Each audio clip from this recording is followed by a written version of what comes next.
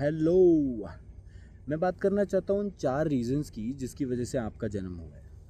ये चारों reason derived हैं 3 इमोशन से, जो कि हैं फियर, डिज़ायर और ईगो। पहले रीज़न की बात करते हैं, जो कि हमारी डिज़ायर से आता है। देखो, हमारे पेरेंट्स बस फील करना चाहते थे कि कैसा होता है पिता बनना, माँ बनना। वो पेरेंटहुड को फील करना चाहते थे और इस रीज़न की वजह से उन्होंने हमें पैदा कर दिया।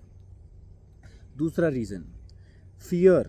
फियर की जब हम बूढ़े हो जाएंगे तो हमको संभालेगा कौन, हमारी देखभाल कौन करेगा, हमारा सहारा कौन बनेगा, और इस चक्कर में लोग बच्चे पैदा कर देते हैं। तीसरा रीज़न कि लोग चाहते हैं सोसाइटी में उनकी वैल्यू बनी रहे।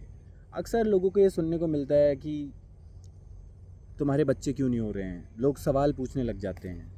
और इन सवालों को अवॉइड करने के लिए, और मैंने तो यहाँ तक सुना है कि लोग जिस जिस इंसान के बच्चे नहीं होते उसको नामर्द तक का टैग दे देते हैं। देखो, इन सब चीज़ों को लोग अवॉइड करना चाहते हैं, सोसाइटी में अपनी वैल्यू को मेंटेन रखना चाहते हैं, और इस चक्कर में वो बच्चे पैदा कर देते हैं। ये हो गया तीसरा रीज़न। चौथा रीज़न आता है हमारे ईगो से। लोग चाहते हैं उनका वंश आगे बढ़ता रहे, उनका जो ब्लड है वो कैरी फॉरवर्ड होता रहे। ये चीज़ कोई पॉइंट नहीं बनाती, क्योंकि मैं मान भी लेता हूँ कि आपने लाइफ में बहुत कुछ अचीव किया है, या आपके एंसेस्टर्स ने बहुत कुछ अचीव किया है, तब भी क्या आपका बच्चा अचीव करेगा इतना सब कुछ, उसकी कोई गारंटी नहीं है, राइट।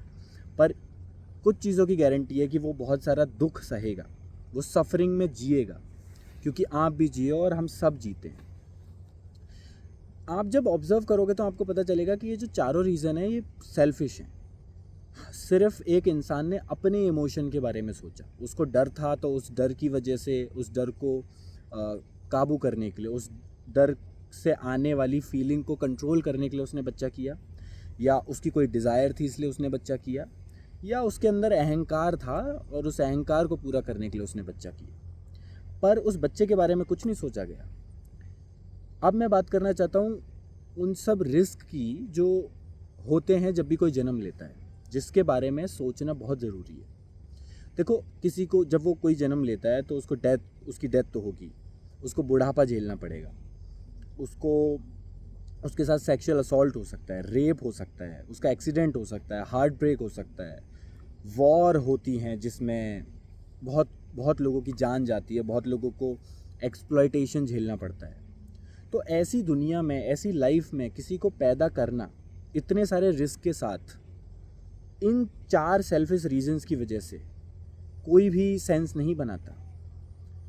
अक्सर लोग इस चीज़ को काउंटर करते हैं और कहते हैं कि लाइफ में तो बहुत सारे अच्छे एक्सपीरियंसेस भी हैं, और मैं तो अपने बच्चों को वो एक्सपीरियंसेस देना चाहता हूँ।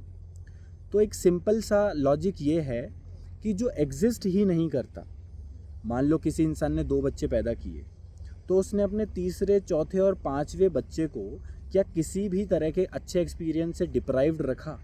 नहीं, उसको ये कभी भी फील नहीं होगा, क्योंकि डेप्रीवेशन सिर्फ उनके लिए होता है जो एग्जिस्ट करते हैं। आपको किसी चीज़ की अवेयरनेस ही डिप्राइव्ड फील करवाती है। कोई एग्जिस्ट ही नहीं करता तो उसके लिए कोई डेप्रीवेशन भी नहीं है, पर जैसे ही वो जन्म लेंगे उन्हें सफरिंग होगी ही होगी, इसकी पूरी गारंटी है।